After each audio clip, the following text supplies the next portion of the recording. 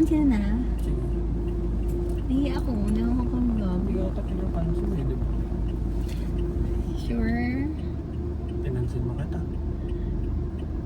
Nahiya ako. Sila, wala. Nagigets ko yan kasi nagbibideo talaga ako, di ba? So nagigets ko yan. Pag na momentum ka, hindi kita... Hi guys, my name... Hindi ko kaya. Amen, sige na. Share ko today na ito yung mga ginawa ko before ako mag-flight. So, parang self-care day. Mapansin na. Kung pa rin takpamintay mo. Hindi kita pinapakinggan, may papakinggan. Hi guys, my name is Denzel and you are watching Denzel Diaries. So today is May 2 and may ako. Currently 5:43 PM. May mga gagawin akong errands dito sa SM. Ang una kong kailangan gawin wax yung buhok ko sa kilikili and sa binte. Then magpapa-pedicure. Then later, papa-remove ko na yung nails ko. This is like my pre-departure shenanigans. Ano, nag-date lang din kami ni Sue. Ano siya, may heart siya na white dito. Sige na, makipag-interact ka naman kasi may Kita ba heart. ako dyan? Oo, may heart ka na white. Kita ba ako dyan? Yes. Yeah. Yeah, kita ka dyan. Kita ako, pero may heart. Oo. Pero dito, wala. Yeah. Unlock niyo muna. Unlock. Ano lang, 5K per month. Subscription pala.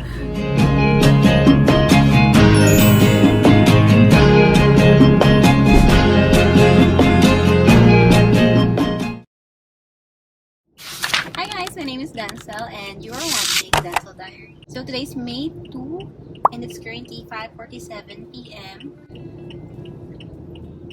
Nawala yung line ko kapag may kasama talaga akong tao. Magpakaaso ka muna.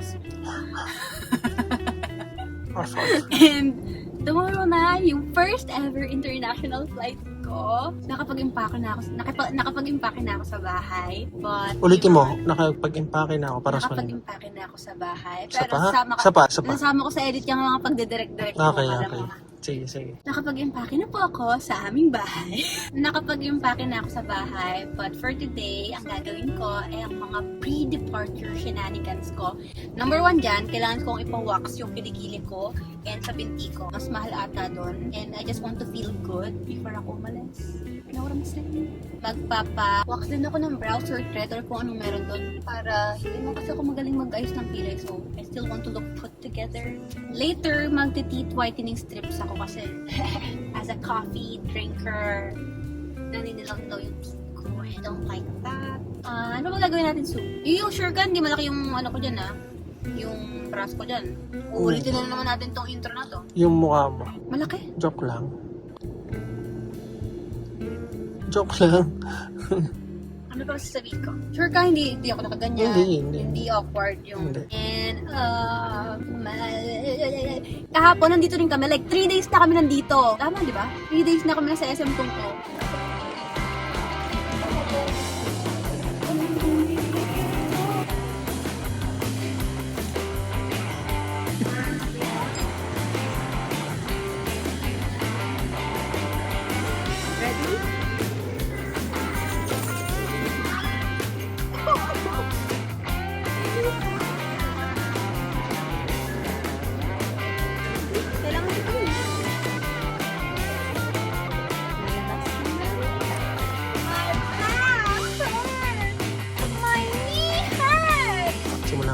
Simula Friday. Kasi Thursday ko nalaman na may flight na ako by Sunday. So, Friday ako nagsimula mag-asikaso. Then Saturday ng gabi ako nagsuksok sa mga maleta ko. And ngayon, overpack pa ako. So, yun ang initial packing natin. Later, magpa-final packing tayo. Yung hand carry ko, 17 kilos. Tapos yung check-in luggage ko, 22. Magbabawas ka. Babawas ako. Tapos parang magpapalit ako ng outfit babalit ako ng airport kit ko. Kasi ang bigat ng maong. Ang bigat ng maong sa check-in. Kaya yun yung susutin ko. Ngayon kakainin kami sa Bonjour. Snow cheese. Snow cheese. I love it. Kanina umiyak na ako, guys. Para bukas uus na. Pagdating na sa Riyadh, mag-abroad. Mag-abroad si Mami, ha?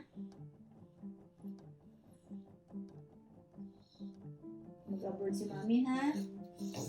Mag-abroad si mami. Bait lang si Tora, ha? Bait ka, ha? Mag-abroad si mami, ha? Na yung muta niya. Ha? Bait lang, ha? Wala tissue. Si Tora, ha? Bait lang. Kasi mag-abroad si mami. Para may pambili ng Chimken. food. Chimken. Diba, Tora? Turang. Hidangin ko. Unti-unti na siya lumilis. Hello, Turiang! Turiang! Iyak na ako ngayon. Parang bukas wala na. Parang ako tulog. First time ko ma-feel yung lungkot ngayon. Yung mga nakaraan wala. Kaya ako sa akin ng nanay ko. Sabi, ayaw daw sa namin ni Brit maghatid sa akin bukas sa airport. Kasi bakit daw umiyak siya. Bawal sumama yung mga iiyak, ha?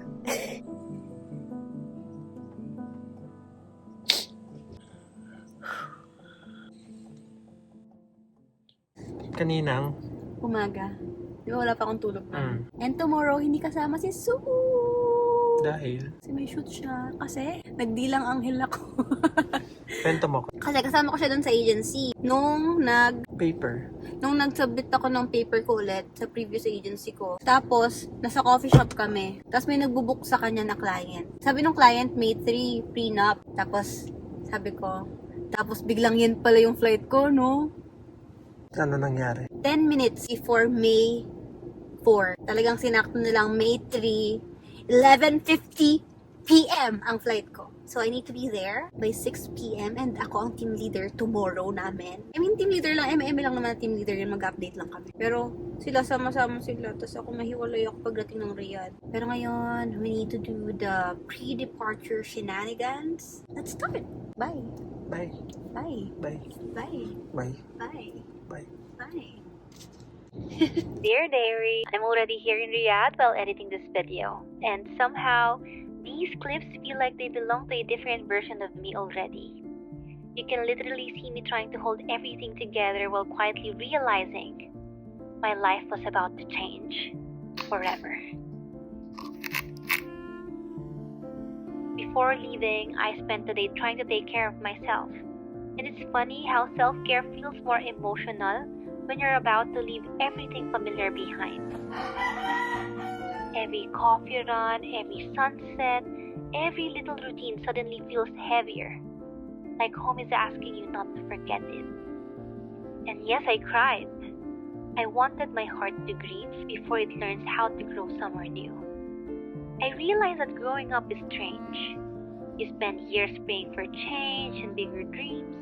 Then one day they finally arrive, and all you can think about is how hard it is to leave. But maybe bravery was never being about fearless. Maybe it's simply choosing to move forward, even while your heart is trembling. The truth is, I'm scared. Scared of feeling lost, lonely, and far from everything I know. But I'm also hopeful. Because maybe this journey isn't just about boarding my first international flight. Maybe it's finally about meeting the version of me the younger self used to dream about. And maybe that's the real beginning of becoming.